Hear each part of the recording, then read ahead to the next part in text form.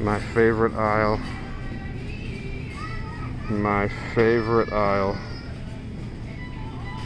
50th vlog, yo! I am gonna celebrate with some chips.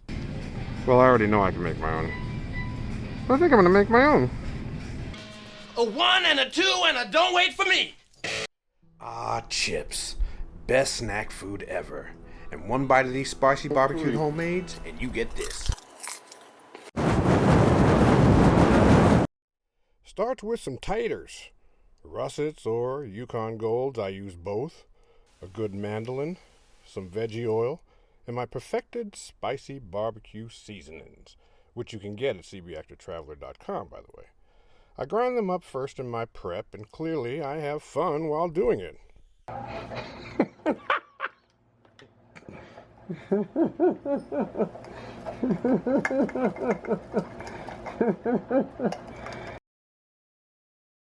Wheat salty socks.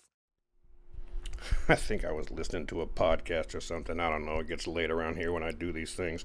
Okay, take your mandolin and slice the potatoes nice and thin. Not paper thin, but close. Using proper and safe technique, which I am not doing here, so do not follow my example. But you'll want to get them into a bowl of ice-cold water and let them soak for about 30 minutes.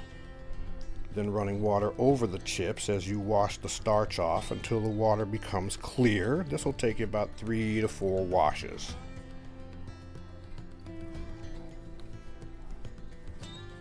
To a pot of boiling H2O, add a little vinegar and some salt, which I forgot to show, and parboil or blanch the chips for about 2 to 4 minutes, getting rid of more starch for crunchier chips.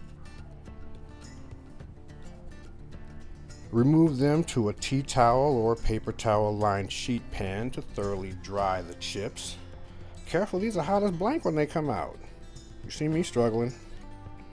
But drying them thoroughly will prevent major splashage when frying them up, and trust me, you don't want splashage, which is a word I think I just made up. Just keep drying them. Now in a Dutch oven filled with, or filled halfway with vegetable oil or the like, have your seasoning at the ready, along with your spider skimmer and a paper towel lined large bowl to catch the chips. Now with the temp reading 375 Fahrenheit or 190 degrees Celsius, fry in small batches for about 3 to 4 minutes. I try to keep them moving. Now, you know, next time, I think I would fry the golds and the russets separate, because I found the golds took about a minute longer than the russets. You know what I'm saying?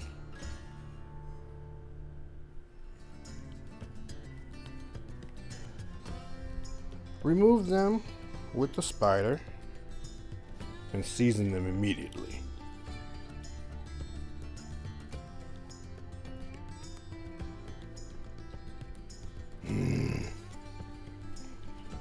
So keep frying them in small batches, making sure your oil is at the right temperature, seasoning after each batch.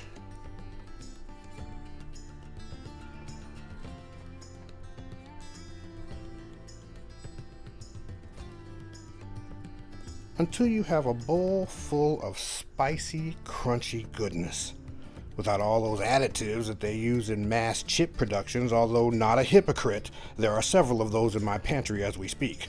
But you gotta make these though. They are slap your mama good.